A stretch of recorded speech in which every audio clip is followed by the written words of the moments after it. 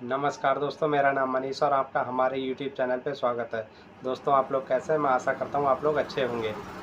दोस्तों, आज की वीडियो में हम आपको बताने वाले हैं हार्डवेयर का बिज़नेस करने के लिए आपको तकरीबन कितना इन्वेस्टमेंट करना पड़ेगा और कितना इसमें प्रॉफ़िट होगा।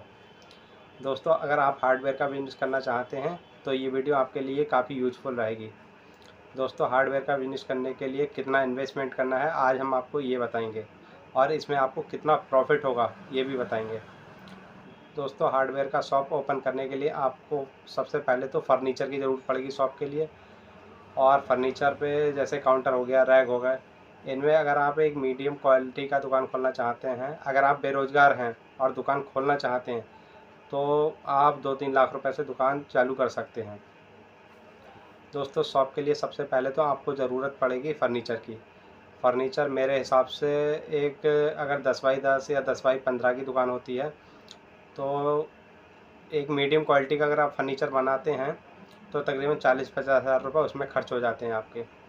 और मेरे हिसाब से अगर आप केवल हार्डवेयर का बिज़नेस करना चाहते हैं तो 1-1.5 लाख रुपए स्टार्टिंग में आप लगा दीजिए उसमें, क्योंकि 1-1.5 लाख रुपए लगाने में आपको इतने आइटम मिल जाएंगे हार्डवेयर के कि आपका ग्राहक तकरीबन 50% ग्राहक आपका दुकान पे अटेंड होने लगेगा। और दोस्तों, ग्राहक की डिमांड के अनुसार हल्के हल्के आप माल को बढ़ाते रहें और इस तरह से आप 2-3 लाख रुपया बिज़नेस में लगा दें।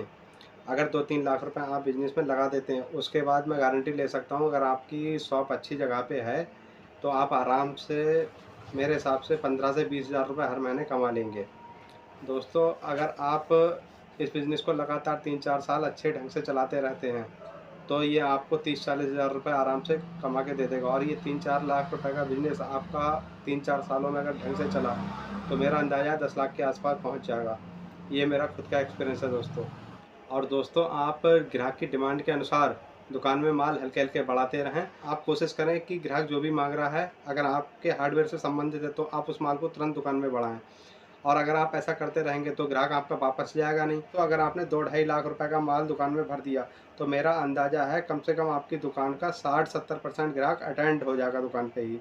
अगर 30% लौट जाता है तो उस ग्राहक पे पूरा ध्यान दें दोस्तों। और जो ग्राहक लौट रहा है उस आइटम को तुरंत नोट करें। और दोस्तों, इसी तरह से आप जो भी ग्राहक मांगता हो उसको तुरंत डायरी में नोट करें और उस आइटम को लेके आएँ। दोस्तों, आप 50-60 हज़ार रुपये अपने पास हमेशा एडवांस रखें कि ज़रूरत के अनुसार माल को तुरंत बढ़ाया जा सके।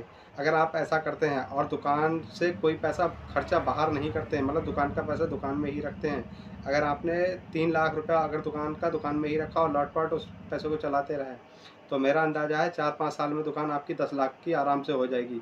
ये मेरा खुद का एक्सपीरियंस है दोस्तों। कोशिश करें आपका कोई भी ग्राहक लौटने ना पाए। अगर माल नहीं है तो आप उस माल को अगले दिन तुरंत लेके आएँ। अगर ऐसा करते हैं तो दुकान आपकी 10 लाख की कन्फर्म है 5 साल के बाद। दोस्तों, अगर मेरी दी गई जानकारी अच्छी लगी तो मेरी वीडियो को लाइक करना और चैनल को सब्सक्राइब करना दोस्तों। और कमेंट करके ज़रूर बताना मेरी दी गई जानकारी आपको कैसी लगी। धन्यवाद दोस्तों।